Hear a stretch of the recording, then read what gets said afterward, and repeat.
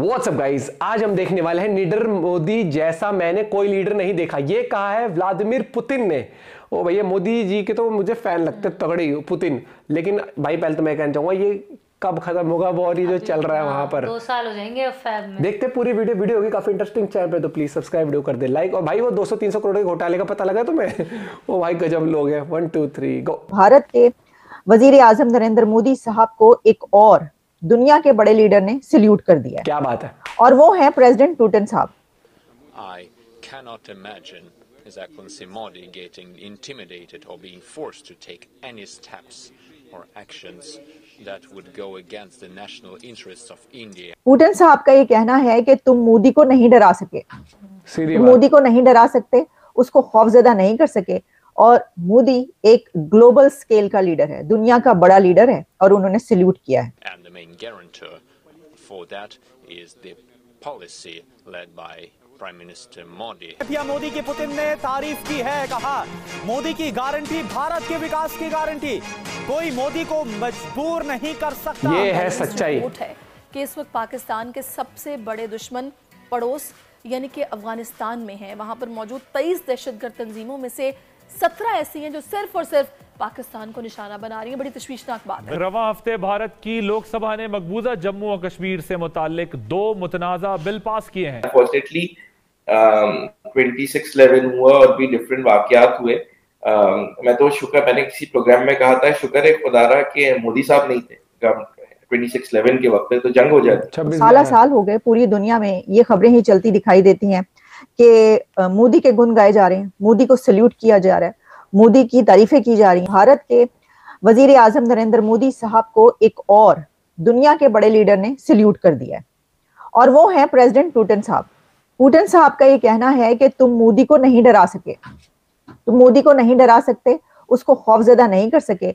और मोदी एक global scale का लीडर है, दुनिया का बड़ा लीडर है, और उन्होंने सल्यूट किया है। अब ये क्यों किया है, उन्होंने ऐसी बात क्यों की है? खैर, जहां सभी करते चले आ रहे हैं तो उन्होंने भी कर दी, तो कौन सी ऐसी एक अनोखी बात होगी? ठीक है, लेकिन उनकी तो देखिए ना कि भारत की अपने मुल्क की भी और उनके वजीर आजम की तारीफें तो हर कोई करता हुआ दिखाई देता है।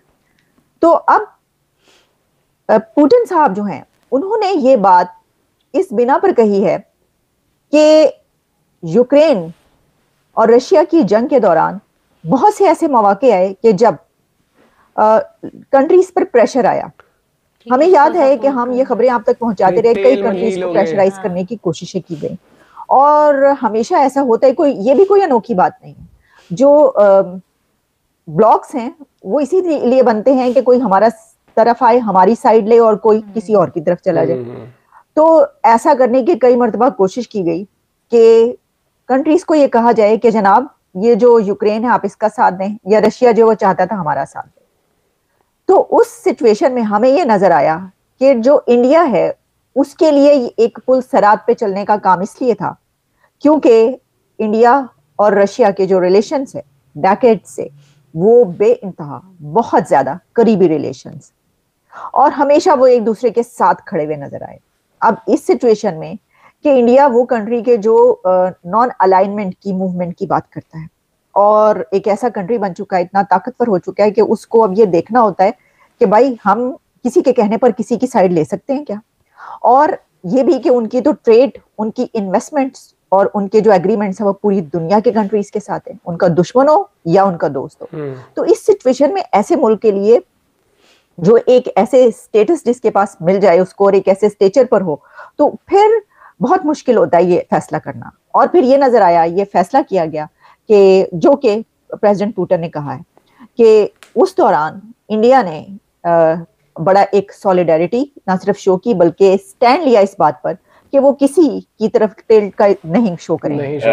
लेकिन फिर ऑब्वियसली जो आपका क्वेश्चन है कि क्या मोदी साहब और बीजेपी की गवर्नमेंट तक हालात सही रहेंगे, आई थिंक इंडिया का, मैं शुरू से कहता आया हूँ अरविंद, एक लेजिटिमेट डिमांड है कि जब तक इस पार से जो नॉन स्टेट एक्टर्स और स्टेट पेट्रनेज मिलती रहेगी उन्हें टू कंडक्ट टेररिज्म, क्योंकि अनफॉर्चुनेटली 26/11 हुआ और भी डिफरेंट वाकयात हुए। मैं तो मैंने किसी प्रोग्राम में कहा था, शुक्र है खुदारा कि मोदी साहब नहीं थे 26/11 के वक्त पे तो जंग हो जाती के वक्त पर तो बहुत ज्यादा मामला थे। तो इंडिया हैज अ हिस्ट्री जो कि है अच्छा जिसपे पाकिस्तान को रिलेशनशिप पे हो सकता है, लेकिन पॉइंट यही है कि क्या मोदी साहब के रहते हुए हालात बिल्कुल मेरे ख्याल से नेक्स्ट अगर मोदी साहब की नई गवर्नमेंट आएगी और बेहतर होंगे हालात। पाकिस्तानी गवर्नमेंट क्योंकि अभी इंटरिम गवर्नमेंट है, अभी की बात कर लेते, उसके पास ऑल्दो इतना मैंडेट नहीं है, लेकिन जो भी नई गवर्नमेंट नवाज शरीफ की लगता है कि आएगी तो एक बहुत अच्छे रिलेशनशिप बनने जा रहे हैं। इंडिया की तरफ से जो मामलात हैं वो India I personally know wants to talk, but it's the Pakistani leadership in after what is happened in Kashmir और भी कुछ मामलात की वजह से वो backed out right now, but people to people contact India ने रोके में, but Pakistan and India right now talking अभी भी मैं आपको एक ब्रेकिंग ये सही है आपकी बात की बातचीत जो है दोनों हुकूमतों के दरमियान कभी भी नहीं रुकी। मेरा सवाल ये है कि बीजेपी और खुसूसन प्राइम मिनिस्टर मोदी को लेके पाकिस्तान में इतनी नेगेटिविटी क्यों है? गुजरात राइट्स मेरे ख्याल से उसी से एक ड्रैकुला बना दिया गया मोदी साहब को, और हमें ये समझने की बट पॉइंट यही है ना कि मैं तो ये कहता हूँ कि यार क्या अगर मोदी की गवर्नमेंट होते हुए लेट सपोज कुछ मामलात वहां खराब हुए तो मुसलमान ने मुसलमान को पाकिस्तान में कितना मारा, तो हमें मसला ये है कि हमें इंट्रोस्पेक्शन करनी पड़ेगी एज ए सोसाइटी और हमें देखना पड़ेगा कि किसी से नफरत की बजाय actually media is so bad in both countries जो उसने प्रोजेक्शन की।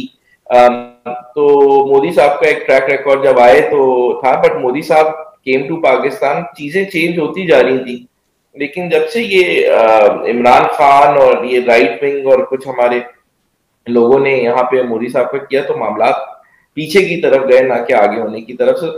मोदी साहब इज स्टिल एक्सेप्टेबल, बट मैं आपको बताऊं after what has happened right wing जो था इमरान खान का ग्रुप और ये जो लड़के जो हैं जब से मिलिट्री एस्टेब्लिशमेंट के अगेंस्ट हुए हैं, Modi is considered a hero by people who hated him.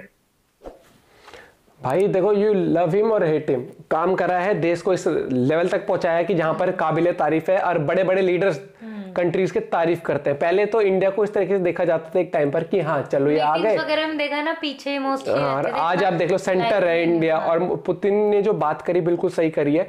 एक वक्त था जब रशिया यूक्रेन वाली जब चल रहा था, अभी भी चल रहा है वैसे तो, तब ये बोला गया था कि सैंक्शन लगाएं कंट्री के ऊपर, प्रतिबंध लगा देंगे अगर किसी ने रशिया से तेल लिया। इंडिया ने कह दिया साहब मोदी जी ने कि जहां से हमें सस्ता मिलेगा सबसे पहले हमारी देश है। जस्ट बिकॉज तुम्हारे वो सैंक्शन के चक्कर में नहीं हो सकता ना, उनके आपस में हर एक चीज है, लेकिन देश का भला सबसे पहले मैटर करता है। अपने देश को थोड़ी कोई छोड़ के चला जाएगा कि नहीं भैया अपने देश में मारामारी कर देते पैसे की, इन पे ज्यादा बोझ लगे जस्ट बिकॉज तुम सैंक्शन लगाना चाहते हो।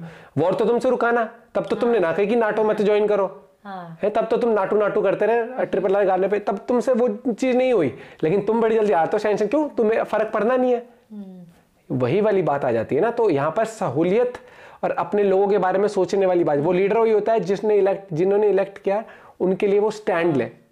ये नहीं कि हाँ यूएसए की नजर में अच्छा बनना है, गुड बॉय बनना है, तो ये चीज नहीं होती। गुड बुक्स में रहने वाली बात नहीं होती। और मोदी जी ने भैया वर्ल्ड लेवल पर साबित करके दिखा। और कौन कौन मोदी जी का फैन है ये जरूर बताना। उनके काम के, कभी भी इंसान की शकल सूरत के फैन नहीं होते, इंसान ने काम क्या करा है, या आपको एंटरटेन करा है, आप उस चीज तरीके से फैन हो सकते हो, या देश को आगे बढ़ाया है, या उनका जो वर्क एथिक्स जो है जैसे वो बताते हैं मुश्किल 4 घंटे मुश्किल से होते हैं, लेकिन फिर भी अपने आप फिट भी रखते हैं, योगा भी करते हैं और एनर्जी लगी रहती है उनकी हमेशा। और जो उनके चलने का स्टाइल है और हर फील्ड में जैसे क्रिकेट था तो वहां पे ड्रेसिंग रूम में जाके मिलना, अगर जैसे बॉर्डर पे जाके मोटिवेट करना, या फिर इसरो के लिए गए थे जब चंद्रयान 3। अब अपना पॉइंट ऑफ व्यू जरूर शेयर करेगा। मिलते हैं वीडियो के साथ, बाय बाय, टेक केयर।